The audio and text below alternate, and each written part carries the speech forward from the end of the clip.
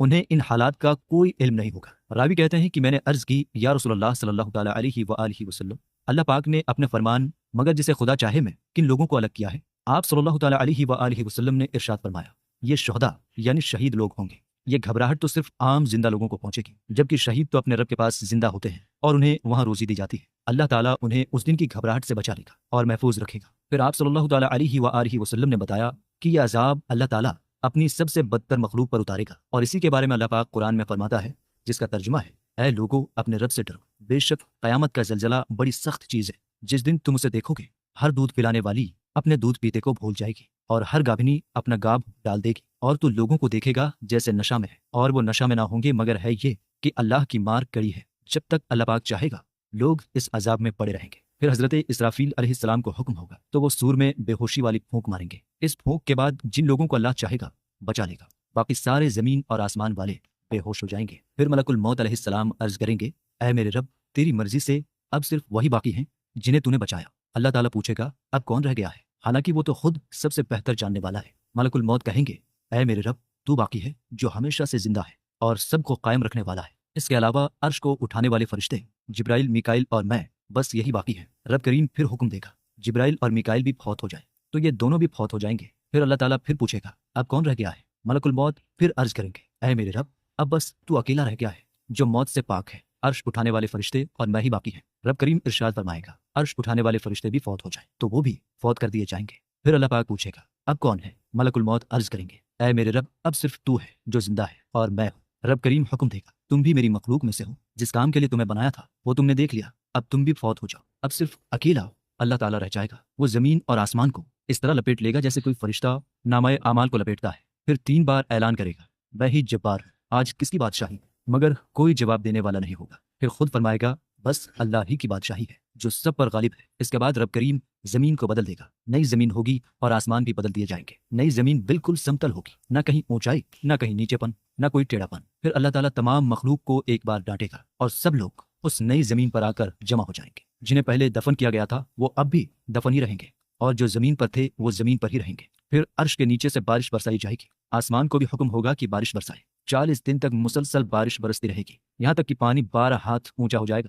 پھر رب کریم حکم دے گا کہ جسموں کو اگنے دو، تو جسم زمین سے اگنا شروع ہو جائیں گے، ایسے جیسے سبزیاں اگتی ہیں۔ جب سب کے جسم مکمل بن جائیں گے تو رب کریم پھر حکم دے گا میرے عرش کو اٹھانے والے فرشتے پھر سے زندہ ہو جائیں، تو وہ فرشتے زندہ کر دیے جائیں گے۔ پھر حکم ہوگا حضرت اسرافیل علیہ السلام سور کو پکڑیں، وہ سور کو منہ پر رکھیں گے۔ پھر اللہ پاک حکم دے گا جبرائیل اور میکائیل بھی زندہ ہو جائیں، تو وہ دونوں بھی زندہ ہو جائیں گے۔ پھر رب کریم روحوں کو بلائے گا، مسلمانوں کی روحیں نور سے چمک رہی ہوں گی اور باقی لوگوں کی روحیں اندھیرے میں ہوں گی۔ اللہ تعالیٰ سب روحوں کو سور میں ڈلوائے گا اور حضرت اسرافیل علیہ السلام کو حکم دے گا کہ اب اٹھانے اور جمع کرنے والی پھونک مارو، تو وہ پھونک ماریں گے، روحیں سور سے نکل کر شہد کی مکھیوں کی طرح چاروں طرف پھیل جائیں گی، زمین اور آسمان کے درمیانی علاقہ بھر جائے گا۔ پھر رب کریم ارشاد فرمائے گا میری عزت اور جلال کی قسم، ہر روح اپنے جسم میں واپس جائے گی، تو روحیں زمین کے اندر اپنے جسموں کی طرف جائیں گی، ناک کے بانسوں سے داخل ہو کر ایسے جسم میں پھیل جائیں گی جیسے کسی کے جسم میں زہر پھیلتا ہے۔ نبی کریم صلی اللہ تعالیٰ علیہ وآلہ وسلم نے ارشاد فرمایا پھر زمین تمہارے اوپر سے کھول دی جائے گی اور سب سے پہلے میں اپنی قبر انور سے باہر آؤں گا، تم سب اپنی قبروں سے نکل کر اپنے رب کی طرف دوڑتے چلے جاؤ گے، جیسے کوئی بلانے والے کی آواز سنتے ہی لپکتا ہے۔ اس وقت کافر لوگ کہیں گے آج کا دن تو بہت سخت ہے، تم لوگ ننگے پاؤں، ننگے بدن اور بے ختنہ حالت میں آؤ گے، پھر تمہیں 70 سال تک ایک جگہ کھڑا کر دیا جائے گا، نہ تمہاری طرف نظر ڈالی جائے گی، نہ تمہارا حساب شروع ہوگا۔ اس حالت میں تم اتنا روگے کہ تمہارے آنسو سوکھ جائیں گے، پھر آنکھوں سے خون کے آنسو بہنے لگیں گے، تمہارا پسینہ اس قدر بہے گا کہ جبڑوں یا ٹھوڑی تک پہنچ جائے گا۔ تم چیختے چلاتے ہوئے کہو گے کوئی ہے جو ہمارے رب کی بارگاہ میں سفارش کرے کہ ہمارا حساب شروع کر دے؟ کچھ لوگ کہیں گے ہمارے باپ حضرت آدم علیہ السلام سے زیادہ اس کا حقدار کون ہو سکتا ہے؟ اللہ پاک نے انہیں اپنے دست قدرت سے بنایا تھا، اپنی طرف سے ان میں روح پھونکی تھی اور سب سے پہلے انہی سے کلام فرمایا تھا۔ پھر لوگ حضرت آدم علیہ السلام کے پاس جا کر سفارش کی درخواست کریں گے، مگر آپ کہیں گے میں اس کے قابل نہیں۔ پھر لوگ ایک ایک کر کے تمام عظیم عظیم انبیاء علیہ السلام کے پاس جائیں گے، لیکن ہر نبی فرمائے گا کہ مجھے اس کی اجازت نہیں۔ آخر میں لوگ نبی پاک صلی اللہ تعالیٰ علیہ وآلہ وسلم کے پاس آئیں گے، آپ فرمائیں گے آؤ میں تمہارے ساتھ چلتا ہوں، پھر آپ مقام فحش تک پہنچیں گے اور وہیں بارگاہ الہی میں سجدہ کر دیں گے۔ حضرت ابو ہریرہ رضی اللہ تعالیٰ عنہ نے عرض کیا یا رسول اللہ صلی اللہ تعالیٰ علیہ وآلہ وسلم یہ فحش کیا ہے؟ آپ صلی اللہ تعالیٰ علیہ وآلہ وسلم نے فرمایا عرش کے سامنے ایک مقام ہے۔ پھر فرمایا جب میں سجدے میں رہوں گا تو ایک فرشتہ آئے گا اور میرا بازو پکڑے گا اور اللہ تعالیٰ ارشاد فرمائے گا اے محمد میں عرض کروں گا اے میرے رب میں حاضر.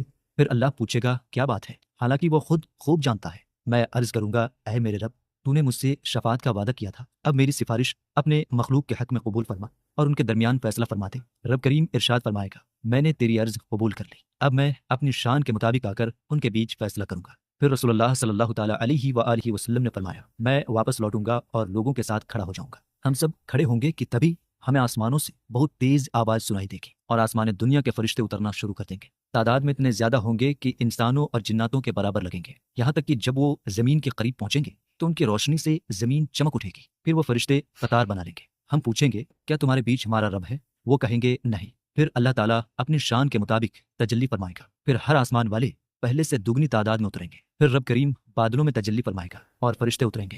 اس دن عرش کو 8 فرشتے اٹھائے ہوں گے، جبکہ آج صرف 4 فرشتے اٹھاتے ہیں. ان فرشتوں کے پیر نیچے کی زمین میں ہوں گے، کمر پر زمین اور آسمان کا بوجھ ہوگا اور کندھوں پر عرش کا بوجھ ہوگا. ان کی تسبیح کی آواز گونج رہی ہوگی اور وہ یہ پڑھ رہے ہوں گے. ترجمہ: پاک ہے وہ جس کی عزت و عظمت سب سے بلند ہے، پاک ہے وہ جس کی بادشاہت ہمیشہ باقی ہے، پاک ہے وہ جو زندہ ہے اور جسے موت نہیں آئے گی، پاک ہے وہ جو مخلوق کو موت دیتا ہے اور خود موت سے پاک ہے. ہر عیب سے پاک ہے ہمارا رب جو فرشتوں اور جبرائیل کا رب ہے، جو مخلوق کو پیدا کرتا ہے اور خود ہمیشہ باقی رہنے والا ہے. پھر اللہ پاک اپنی زمین پر جہاں چاہے گا اپنی کرسی رکھے گا. کرسی کیسی ہے وہی بہتر جانتا ہے، اور ارشاد فرمائے گا اے جنوں اور انسانوں کے گروہ، میں نے جب سے تمہیں پیدا کیا ہے آج تک تم سے کبھی سیدھے سوال نہیں کیا، نہ تمہاری باتیں روکی، نہ تمہارے اعمال کا حساب مانگا. آج چپ رہو، یہ تمہارے اعمال نامے ہیں جو تمہارے سامنے پڑھے جائیں گے. تو جو بھلائی پائے وہ رب کا شکر ادا کرے، اور جو کچھ اور پائے وہ خود کو ملامت کرے. پھر اللہ تعالیٰ جہنم کو حکم دے گا تو وہاں سے اندھیرے میں ڈوبی ہوئی ایک لمبی گردن نکل پڑے گی. پھر ارشاد فرمائے گا جس کا ترجمہ ہے اور آج الگ پھٹ جاؤ اے مجرموں، اے اولاد آدم، کیا میں نے تم سے عہد نہ لیا تھا کہ شیطان کو نہ پوجنا.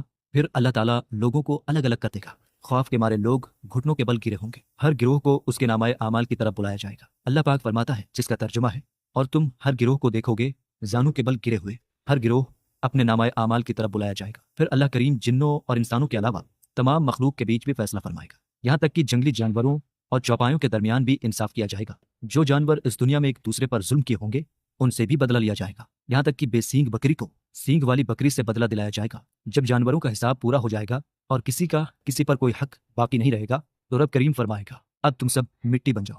پھر وہ سب جانور مٹی ہو جائیں گے. یہ منظر دیکھ کر کافر کہے گا کاش میں بھی مٹی بن جاتا. اس کے بعد اللہ پاک بندوں کے درمیان فیصلہ فرمائے گا. سب سے پہلے قتل کے معاملوں کا فیصلہ ہوگا. راہ خدا میں قتل ہونے والا ہر مجاہد پیش کیا جائے گا. اللہ تعالیٰ مقتول یعنی مارے گئے شخص کو حکم دے گا تو وہ اپنے سر کو اٹھائے ہوئے آئے گا. اس کے گلے کی رگوں سے خون بہ رہا ہوگا. وہ عرض کرے گا اے میرے رب اس سے پوچھ اس نے مجھے کیوں قتل کیا.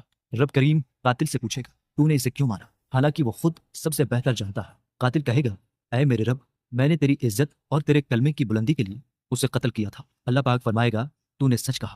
پھر اللہ تعالیٰ اس کے چہرے کو آسمان کے نور جیسا چمکا دے گا اور فرشتے اسے جنت کی طرف لے جائیں گے.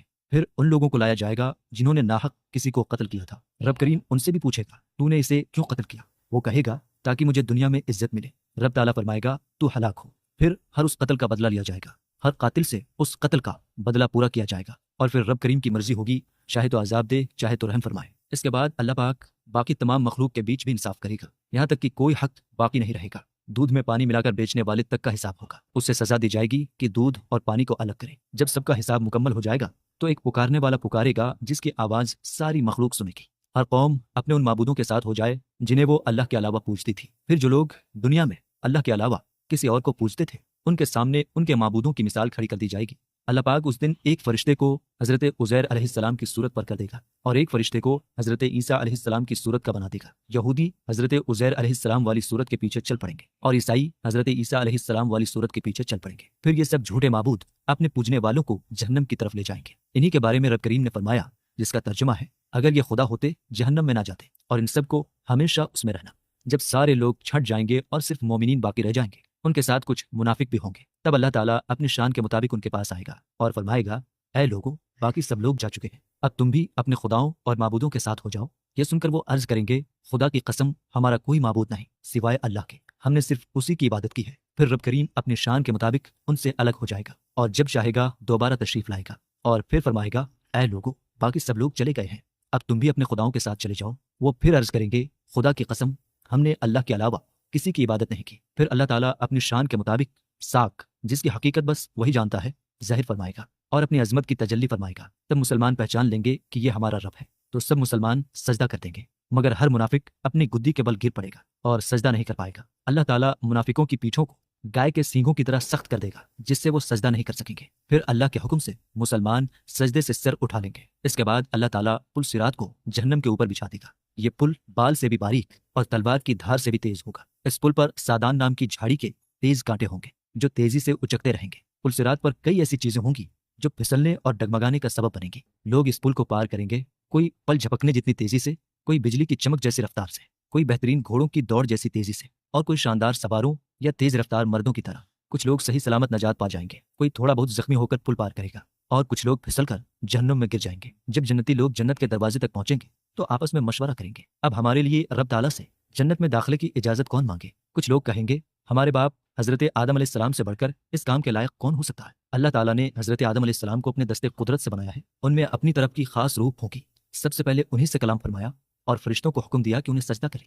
چنانچہ قیامت کے دن لوگ حضرت آدم علیہ السلام کے پاس آئیں گے اور ان سے سفارش کی درخواست کریں گے، مگر حضرت آدم علیہ السلام اپنی لغزش کا اظہار کرتے ہوئے فرمائیں گے میں اس کا اہل نہیں، تم حضرت نوح علیہ السلام کے پاس چلے جاؤ، وہ اللہ کے پہلے رسول ہیں۔ پھر لوگ حضرت نوح علیہ السلام کے پاس جائیں گے اور اپنا مقصد عرض کریں گے، لیکن حضرت نوح علیہ السلام بھی اپنی ایک لغزش کا ذکر کرتے ہوئے فرمائیں گے یہ کام مجھ سے نہیں ہو سکتا، ہاں تم حضرت ابراہیم علیہ السلام کے پاس جاؤ جنہیں اللہ نے اپنا خلیل بنایا ہے۔ پھر لوگ حضرت ابراہیم علیہ السلام کے پاس جائیں گے اور ان سے شفاعت کی درخواست کریں گے، مگر حضرت ابراہیم علیہ السلام بھی اپنی لغزش کا ذکر کرتے ہوئے فرمائیں گے میں بھی اس کا اہل نہیں، تم حضرت موسیٰ علیہ السلام کے پاس چلے جاؤ جن سے اللہ پاک نے بلا واسطہ بات کی اور جن پر توریت نازل کی۔ پھر لوگ حضرت موسیٰ علیہ السلام کے پاس جائیں گے، مگر وہ بھی اپنی لغزش کو یاد کرتے ہوئے فرمائیں گے میں تمہاری مدد نہیں کر سکتا، تم حضرت عیسیٰ بن مریم علیہ السلام کے پاس جاؤ جو روح اللہ اور کلیم اللہ ہے۔ پھر لوگ حضرت عیسیٰ علیہ السلام کے پاس جائیں گے اور اپنی درخواست پیش کریں گے، مگر حضرت عیسیٰ علیہ السلام بھی فرمائیں گے میں بھی تمہاری مدد نہیں کر سکتا، تم حضرت محمد مصطفیٰ صلی اللہ تعالیٰ علیہ وآلہ وسلم کے پاس چلے جاؤ۔ رسول اللہ صلی اللہ تعالیٰ علیہ وآلہ وسلم فرماتے ہیں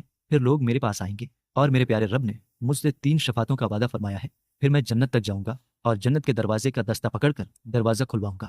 جب دروازہ کھلے گا تو مجھے سلام اور مرحبا کہا جائے گا، میں جنت میں داخل ہو جاؤں گا، پھر اپنے رب کریم کا دیدار کروں گا اور اسی کے سامنے سجدے میں گر جاؤں گا۔ اللہ پاک مجھے کچھ ایسے کلمات کے ذریعے اپنی حمد و بزرگی بیان کرنے کی اجازت دے گا جو اس نے مجھ سے پہلے کسی اور مخلوق کو نہیں دی۔ پھر اللہ پاک ارشاد فرمائے گا اے محمد اپنا سر اٹھاؤ، شفاعت کرو، تمہاری شفاعت قبول کی جائے گی، مانگو تمہیں عطا کیا جائے گا۔ جب میں اپنا سر اٹھاؤں گا تو اللہ تعالیٰ پوچھے گا کیا بات ہے، حالانکہ وہ سب جانتا ہے۔ میں عرض کروں گا اے میرے رب تو نے مجھ سے وعدہ کیا تھا کہ میری شفاعت قبول کرے گا، تو میری شفاعت قبول فرما لے اور جنت والوں کو جنت میں داخل فرما دے۔ رب کریم ارشاد فرمائے گا میں نے تمہاری شفاعت قبول فرما لی اور میں انہیں جنت میں جانے کی اجازت دیتا ہوں۔ تو دوستوں یہ تھا ہمارا ایکشن جو آپ نے دیکھا، قیامت کا دردناک ہولناک منظر، اس کے بارے میں پوری ویڈیو تھی دوستوں کہ ایسا منظر ہوگا کہ آدمی تصور بھی نہیں کر سکتا، سوچ بھی نہیں سکتا کہ قیامت کا کیا دردناک بھیانک منظر ہوگا، اور کوئی پوچھنے والا نہیں ہوگا۔ تمام امتی تمام پیغمبروں کے پاس جائیں گے شفاعت کے لیے، حضرت آدم علیہ السلام کو لے کے اور جتنے ہی پیغمبر آئے ہیں، تو ایک ہی پیغمبر ہوں گے جو ہم سب کی اللہ سے سفارش کریں گے، وہ ہوں گے ہمارے پیارے آقا نبی پاک صلی اللہ تعالی وسلم، جو ہماری سفارش کریں گے اور انشاءاللہ چاہے تو جنت میں بھی لے کے جائیں گے۔ تو اپنے اعمال سدھارنے کی کوشش کریں، وہ سارے کام کریں اس سے اللہ راضی ہوگا دوستوں، تاکہ اللہ کی بارگاہ میں جب پہنچیں تو کم سے کم اتنے اعمال آپ کے اچھے ہوں کہ اللہ کی بارگاہ میں آپ سامنا کر سکیں۔ ویسے تو بہت گنہگار بدکار سیاہ کار ہیں ہم لوگ کہ ہمارے اعمال اس لائق ہے ہی نہیں کہ اللہ کی بارگاہ میں حاضر ہوں، لیکن پھر بھی اللہ رحم کرنے والا ہے، اللہ کریم ہے، اللہ معاف کرنے والا ہے۔ اپنے گناہوں کی معافی مانگے اور اللہ کو راضی کرنے کے لیے وہ سارے کام کریں جس سے اللہ راضی ہوگا، تو انشاءاللہ میں چاہتا ہوں شفاعت بھی ہوگی اور دنیا بھی سنورے گی اور انشاءاللہ آخرت بھی سنورے گی۔ تو اس ویڈیو کو زیادہ سے زیادہ شیئر کریے گا اور عمل کرنے کی پوری کوشش کریے گا کہ قیامت بہت نزدیک ہے دوستوں۔ قیامت کب آئے گی یہ صرف اللہ جانتا ہے اور کوئی نہیں جانتا۔ تو ملیں گے انشاءاللہ نیکسٹ ویڈیو میں، تب تک کے لیے السلام علیکم ورحمۃ اللہ وبرکاتہ۔